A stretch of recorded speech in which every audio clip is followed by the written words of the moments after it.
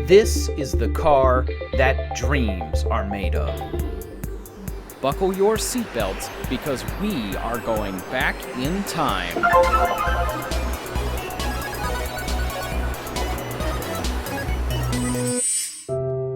John Zachary DeLorean was a dreamer. With its stainless steel body, rear engine, and gull-wing doors, this 1982 DeLorean DMC-12 could have only come from a mind like his. Hollywood may have made it famous, but the true story behind this car is more fascinating than fiction. To John DeLorean, the son of Hungarian immigrants, having his own car company really was the stuff which dreams were made on. Although that famous expression had a completely different meaning when it first appeared in Shakespeare's The Tempest.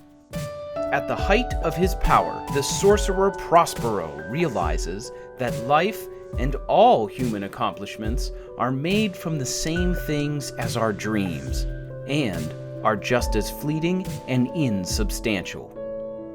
For John DeLorean, a modern-day Prospero, this would prove sadly true as well.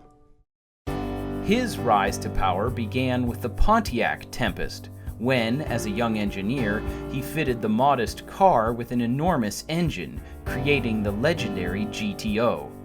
The GTO's wild success helped launch the muscle car era and launch DeLorean up the corporate ladder. He began to lead an increasingly racy lifestyle, filled with divorces, designer clothes, and other tabloid fodder. By 1973, he was next in line for the presidency of General Motors, when he gave it all up. Tensions between the rebellious DeLorean and GM's bureaucratic executives had become too much. 2 years later, he founded the DeLorean Motor Company.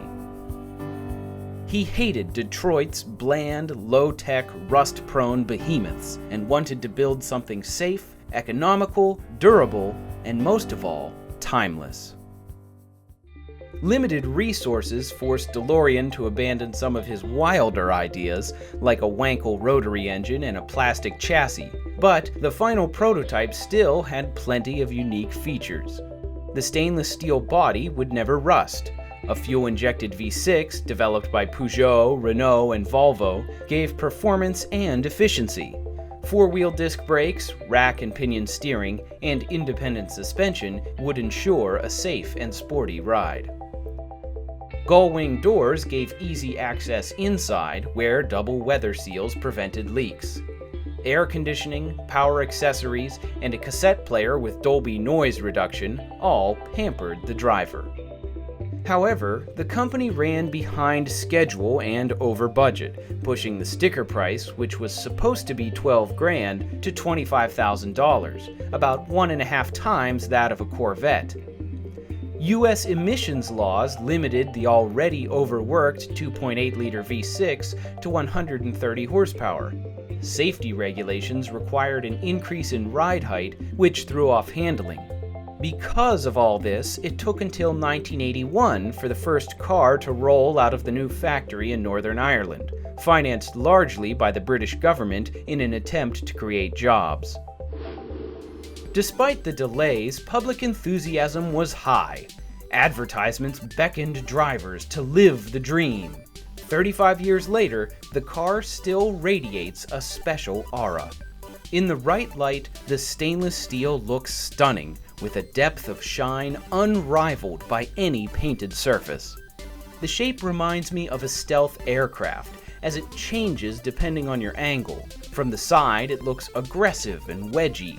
From the front, it's surprisingly flat and wide. It's easy to mock all of the 80s design cues, but I think the DMC-12 pulls them off better than any other car. The styling is so characteristic of the era, yet radical enough to never truly age. The gull-wing doors were not a first, but this is the first car you think of that has them. The mechanism works surprisingly well, although it takes force, and I'm always nervous to slam the doors of someone else's car. The small cutout windows add to the snug feel of the interior, but if you can make it over the high sill and into the low seat, you'll find yourself quite comfortable. Dominated by gray and black, it lacks any of the chrome or wood grain that early 80s Detroit loved, and no doubt John DeLorean intended that. The giant center console seems a tad invasive, but other than that, the space feels neat and well organized. The owner has kept this car's appearance as authentic as possible, although he boosted horsepower by replacing the mechanical fuel injection with an electronic system, and by adding a performance exhaust. The result is an engine that feels and sounds punchy and eager. Original DMC-12s did 0 to 60 in about 10 seconds. I'd estimate this one could easily do it in 7. And once you get out on the road and can really give it some gas, you realize this is the way they were meant to be driven. They were sports cars. It's just a shame that the limitations of technology at the time meant that they couldn't be enjoyed like they can be today. It feels very low and connected to the road, although if you take a corner too quickly, you'll soon sense the inertia of all that rear-biased weight. Larger rear tires help counter that, but it's best not to push the limit in a collectible car anyways. The easy shifting 5-speed manual adds to the enjoyment, as does watching people's reactions as you drive by. As for John DeLorean, his dream of running a car company was becoming a nightmare. Manufacturing troubles forced him to establish quality assurance centers in the US to inspect cars for defects. With the early 80s economy in the dumps, buying an underpowered, overpriced sports car made even less financial sense than usual. The DeLorean Motor Company missed their sales targets and desperately needed money, but the British government refused to pony up anymore. Then things took a turn for the strange, and in October of 1982, DeLorean was arrested for alleged involvement in a plot to smuggle $24 million of cocaine, supposedly in a last-ditch effort to save his company. The DeLorean Motor Company went into bankruptcy, and John DeLorean went to court, first on charges of drug trafficking, then for embezzlement and racketeering. His company, his reputation, and his dreams were shattered.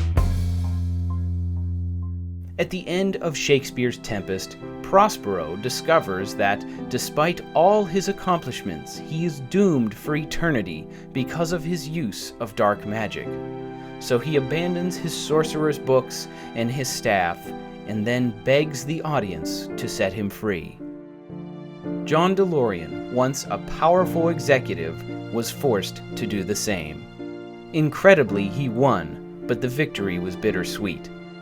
The car company he built to be timeless lasted less than a decade.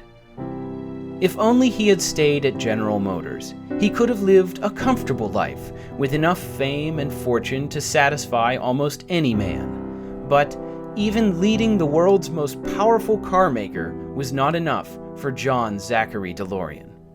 The same trait that brought his greatest successes also brought his downfall. Call it passion, ambition, or even hubris. History is littered with stories of people who started car companies and failed. Preston Tucker, Henry J. Kaiser, Malcolm Bricklin, John DeLorean, and every time they think they're going to be the one who succeeds and that they're going to beat the incredible odds against them. And yet, as sad as it is that they all failed, we can still be happy knowing that without them we wouldn't have gotten these awesome and unique cars that we love. Some people are not content to work 9 to 5. Given the choice between security or greatness, they will always choose the latter, even with incredible risks, because they can't resist their dreams. So next time you see a DeLorean DMC-12, remember, this car is much more than a movie star. This is the car that dreams were made on. And every time those gull-wing doors open and you step inside, the dream still lives.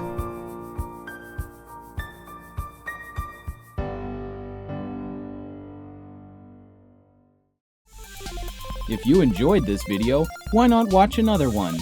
And stay up to date by subscribing to our channel and following us on Facebook. As always, if you have a cool car you'd like to see in a video, send us an email.